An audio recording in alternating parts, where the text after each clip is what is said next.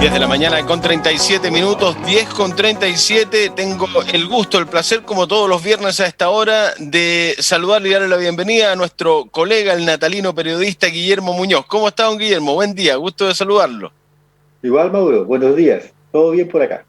Qué bueno, me alegro mucho. Hoy día vamos a hablar de la censura en el cine, censura en Chile de películas tanto chilenas como extranjeras, con algunas Exacto. anécdotas que han sucedido. Mucha gente debe tener algunos recuerdos de esta, unos flachazos de película. Partamos, don Guillermo. Sí, pues bueno, la idea era como este septiembre dedicarlo un poco a Chile y al cine chileno. Este programa o la idea de esta temática es también algunos temas anecdóticas con respecto a lo que ha sido el tema de la censura, donde hay un bagaje que también habla mucho de este país que se está construyendo, ¿cierto? En su moral, en su lectura, en su forma de ir creciendo. La censura, como la otra vez yo evocaba una frase que decía una película polaca.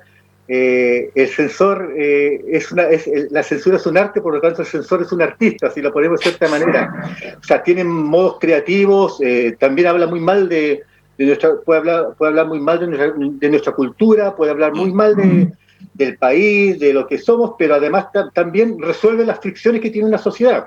Y así que partamos nomás. O sea, la historia un poco de la censura en Chile es prácticamente muy inicial con respecto al nacimiento del cine, en 1895. Pero el principal organismo censor que tenía era de carácter municipal, en Santiago, que era exclusivamente municipal, es decir, estaba integrado por representantes de la sociedad civil. Hablemos de representantes de la Fuerza Armada, de las autoridades, incluso agrupaciones civiles, muchas veces de vecinos o vecinas, que también tenían algo que decir. Si uno mira la historia de lo que se ha prohibido en el país, o se ha censurado, o se ha calificado de acuerdo a la edad, podríamos decir que va hablando mucho de cómo ha ido evolucionando Chile, de su moral, ¿cierto? De lo que pensaba en los años 20, 30, 40, durante el tiempo del régimen militar, y hoy en día lo que existe ya no es un consejo de censura cinematográfica, sino que existe un consejo de calificación cinematográfica. No hay ninguna película que pueda ser prohibida ni censurada, solamente calificada en una edad determinada bajo la responsabilidad, por ejemplo, de personas adultas con respecto a niños y varios ejemplos. Pero hoy día ninguna película debiera ser prohibida. Y partamos con esta película que yo quise poner, que ¿te acuerdas que la semana pasada hablábamos del cine mudo, que en muchas películas se perdió? Bueno, hay una película que solamente tiene un extracto, uno lo puede rescatar en la Cineteca, que es la película Vergüenza. La película, más que censurada, en su calificación fue colocada para adultos y no apta para señoritas, que era una calificación que estaba en ese tiempo. No te puedo creer. La moral que existía. Y es la historia de un hombre que adquiere una enfermedad venérea y que esto le arrastra a un tremendo conflicto familiar que finalmente termina en una tragedia familiar. Es una película, mira, hecha en Antofagasta, en un tiempo en que el cine era muy regionalista, en un tiempo se creyó que entre el cine mudo la industria nacional iba a ser muy descentralizada, cosa que finalmente no fue, y esta película salió de Antofagasta. Se mostró en varias ciudades, pero en Santiago recibió esta calificación. La película está perdida, solamente se ha rescatado este extracto de esta película que se llama Vergüenza, una película del año 1928. Cuando ya 1928. Era muda, ¿cierto? Película muda, cine mudo. Era muda, ya en el año 27 en Estados Unidos ya había llegado el cine sonoro, pero todavía la industria nacional o cinematográfica no llegaba al cine sonoro, por lo tanto es una película muda. Perfecto. De ahí saltamos, ¿sí? Ángeles del Infierno. Ángeles del Infierno. Esta película es de Howard Hawks, ¿cierto? Un productor, director. Si uno recuerda las películas de Martin Scorsese con Leonardo DiCaprio, El Aviador, era ese personaje, ¿cierto? Que era un millonario excéntrico que finalmente amaba mucho el cine. Él hizo esta película, que es una historia romántica en medio de la Primera Guerra Mundial, con muchos aviones circulando en una batalla, pero campal aérea enorme. La película El Aviador de Scorsese lo muestra muy bien. Sí, buena película esa. Es una peliculaza, ¿cierto? Una enorme película. Bueno, es una obra maestra de un director, de un artista en potencia. Y esta película en Chile, en Concepción, más que ser prohibida, no fue exhibida en Concepción justamente porque para no molestar a la colonia alemana, que se sintió ofendida de que la película estuviera muy planteada desde la mirada británica. Ojo, que no es de la Segunda Guerra Mundial, sino de la Primera Guerra Mundial. Pero esto despertó de que la colonia presentara una queja, pero no fue una queja pública, sino que ahí entre cosas familiares, amistades, y la autoridad respectiva decidió que para no poner en conflicto a la colonia alemana, la película no se pudiera mostrar en Concepción. Wow, y estamos hablando del año 1930. 1930, sí. Después el sistema de censura fue avanzando. Aquí hay que decir algo, muchos antecedentes. Una, la influencia de las películas, de la prohibición, de la restricción de las películas, tenía mucho que ver con los contactos familiares, con los contactos de las autoridades, y también tenía que ver mucho con la influencia de la Iglesia.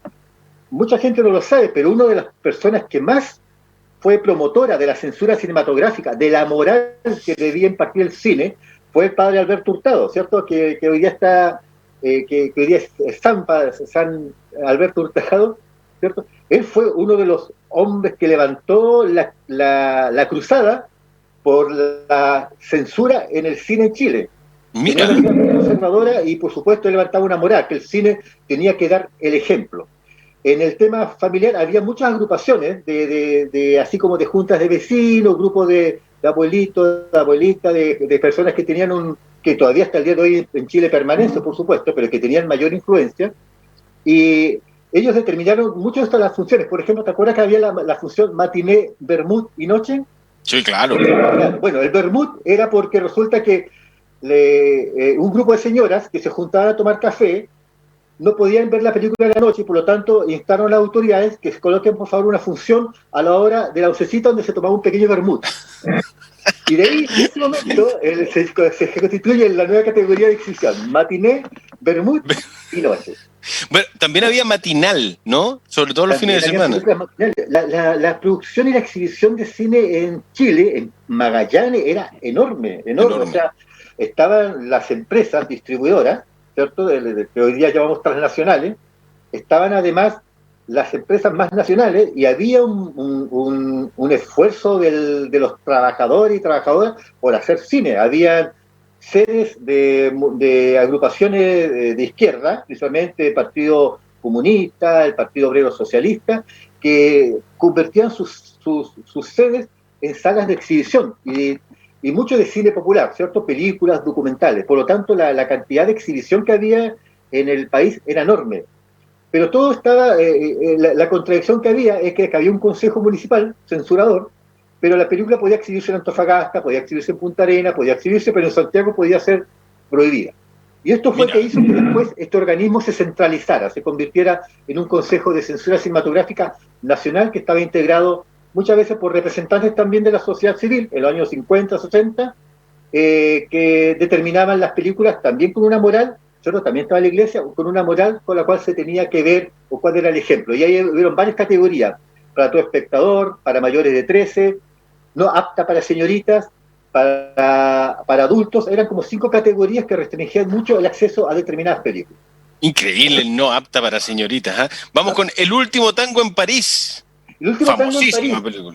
Sí, es una película, mira, aquí tengo una confusión. Esta película creo que es del año 71 y fue censurada durante el tiempo, creo que de la Unidad Popular, pero a la vez después quedó justamente en entredicho con la nueva incorporación de las nuevas autoridades, que era la autoridad del régimen militar, donde el Consejo finalmente fue dominado por representantes de las Fuerzas Armadas y por algunos críticos de cine, principalmente que se le veía cierta cercanía al régimen de turno.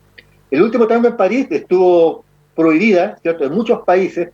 Esta película de Bernardo Bertolucci con María Schneider y con Marlon Brando, fue una película que causó mucha conmoción, se mostró de manera clandestina en algunas ocasiones, pero finalmente cuando ya después fue permitida y la gente la vio, pasa lo que siempre pasa: la gente dice, y para esto lo censuraron, y para esto estuvo prohibida, porque la película cuando se mostraba llenaba completamente, ¿cierto?, cuando después se comenzó a exhibir, y todos no encontraban lo que pensaban encontrar, y se preguntaban ¿por qué la censuraron? Ahora hay que entender, en la época era demasiado fuerte la película, pero de todas maneras era una película que dentro de... Aquí es donde hay muchas cosas que señalar, porque Bernardo Bertolucci es un gran director, es un cineasta, es un autor. El último emperador, El conformista, Novecento, tantas películas que uno ahí dice, pero cuando es la obra de un artista consagrado, no hay otra mirada con respecto a eso, y eso comenzó a tener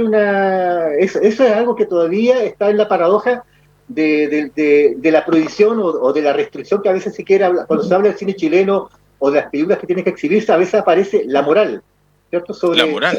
la moral, más allá del aporte estético de la película con respecto al cine. La colina de los ojos malditos. Aquí ya comienza el tema del absurdo. Esta película ¿Ya? es de Wes Craven, ¿cierto? Un director de terror. Nosotros lo conocemos por películas como Scream, por ejemplo, por ¿Ya? Pesadilla, un gran ¿Ya? director de género de terror, de terror casi cine B, muy juvenil, pero de una gran consistencia. Y esta película es del año 77 y se llamaba algo así como La Pandilla Abominable. Fue por su contenido, que era la historia de una familia que llega a un lugar, una historia bastante típica, y se encuentra con otra familia con instintos caníbales. Esta película fue prohibida, ¿cierto? Se consideró que sus contenidos eran demasiado fuertes, no se mostró, y sin embargo, años después, el 80 y tanto, la película volvió con otro título en video que se llamaba La Colina de los Ojos Malditos.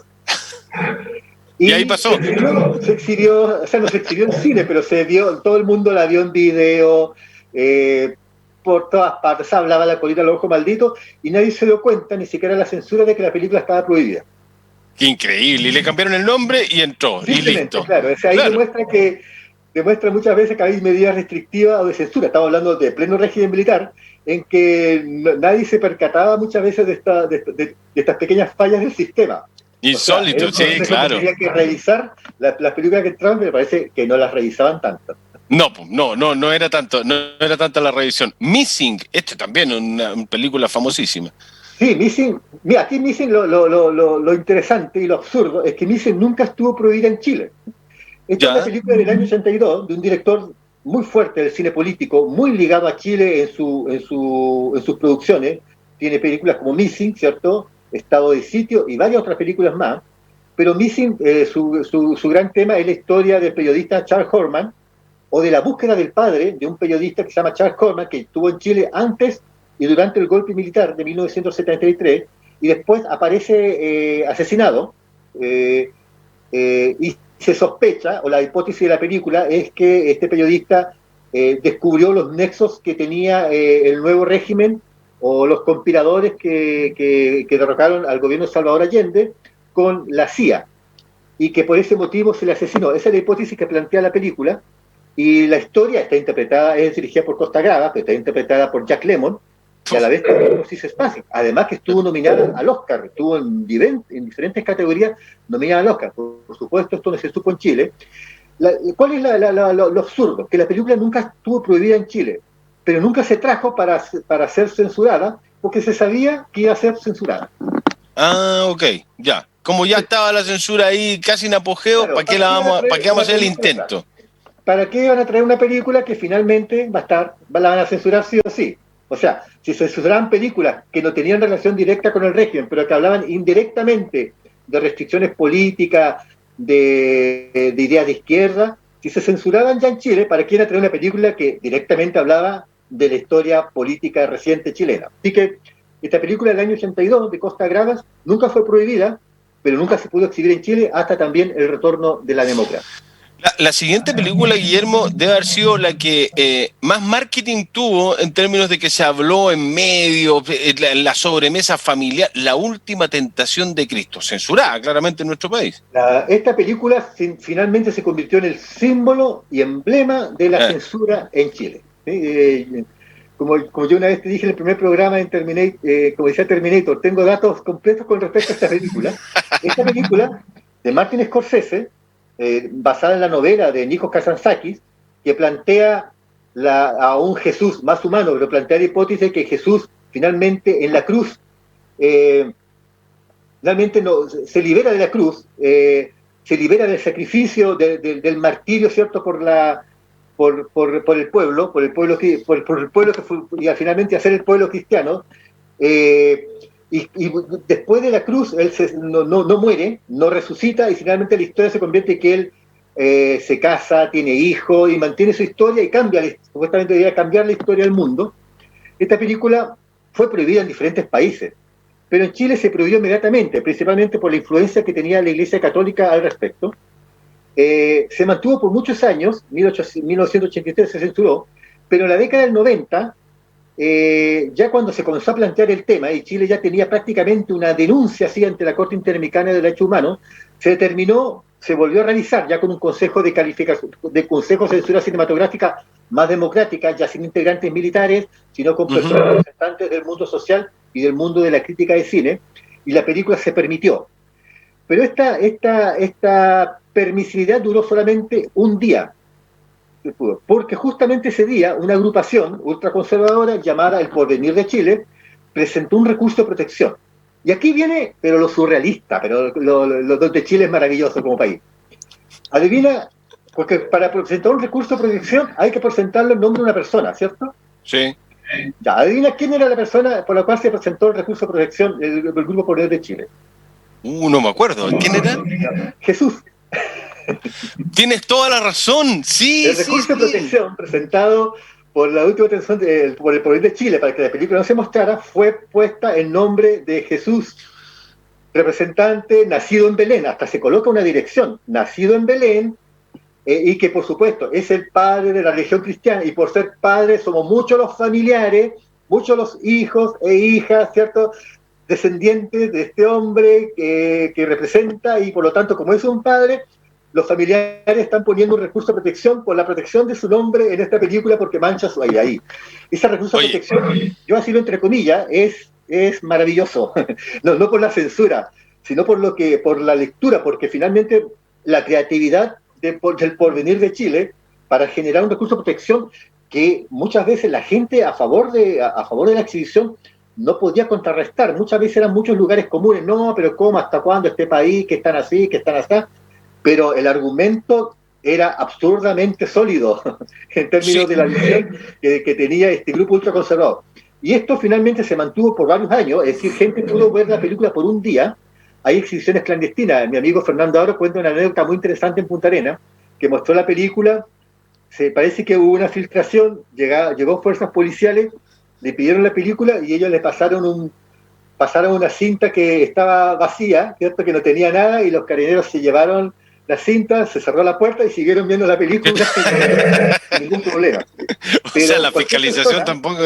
¿Sí? Cualquier persona que se atreviera a exhibir la última tentación de Cristo, que venía en una copia de la copia de la copia, o sea, cualquiera diría, parecía un cuadro impresionista de Jean Renoir, ¿cierto? Así, casi ni se veía Jesús.